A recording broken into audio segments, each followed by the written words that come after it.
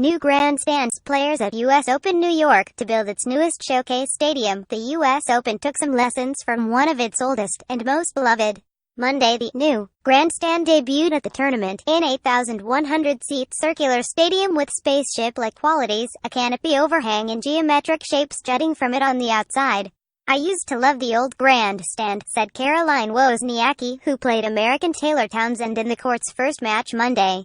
"But I walked in there today and just thought, this court is really awesome. It's a beautiful court. It's going to be one with a lot of special matches on it in the future." It is not the only grandstand in use, however, as tournament officials revealed Sunday that the beloved old grandstand, which sits adjacent to Louis Armstrong Stadium and was only meant to be available as a practice court this year, would be put to use for matches due to issues with the readiness of Court 10, as they cross paths in history. It is clear that the old grandstand was the inspiration to make new grandstands stand out among modern-day tennis arenas. In our first conversation with the design team, we made it clear to them that the fans love the shade and the intimacy of old grandstand, and that the players love playing on that court, too, said Danny Sausnor, CEO of the Billie Jean King National Tennis Center. "We wanted to recreate the history and what it stood for, which is being on top of the action.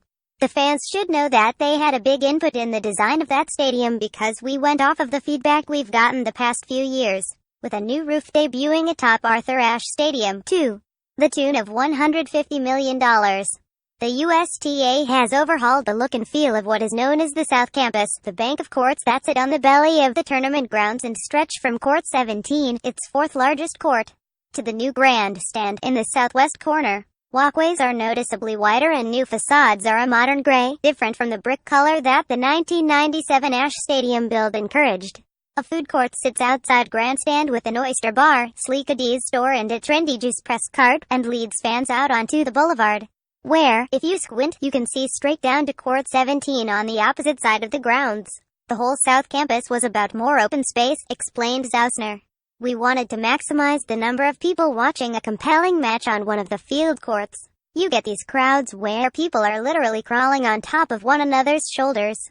We solved people's sore shoulders by putting these elevated platforms in on the 7 field courts on the south end, which offers ample seating. Those platforms connect courts 8, 9 and 10 respectively, as well as courts 13 to 16. The USTA has room for some 10,000 more fans, bringing grounds capacity to 50,000, though they do not plan to sell as many tickets each day. Grandstand is the jewel at least for now, and fans flocked to the shade under the canopy Monday morning as Wozniacki warmed up against Townsend, filling the upper bowl but leaving closer seats empty.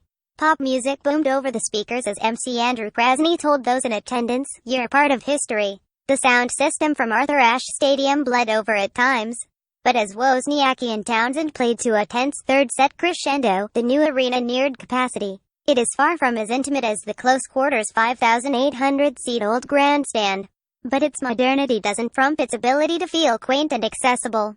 "I think we would contend that grandstand has the potential to become one of the greatest show courts in all of Grand Slam tennis," said Sausner.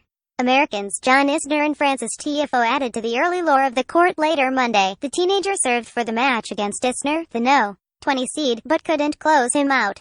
Isner winning 3-6, 4-6, 7-6, 5, 6-2, 7-6, 3. "It was an absolute pleasure to play out here," Isner told the packed stadium. Tiafoe added, through tears, "It's the best atmosphere I've played in my life." 2 years from now, a new Louis Armstrong will be constructed, with a roof planned for that structure in addition to the one now built over Arthur Ashe. It's a transformation that the USTA will spend more than $500 million on when it's complete, but one they say has been fan-driven from the start. And as for the new grandstand, so far, players and fans are happy alike. The new one, Rafael Nadal clarified after practicing on the court last weekend, "It's a beautiful and looks nice. A nice court."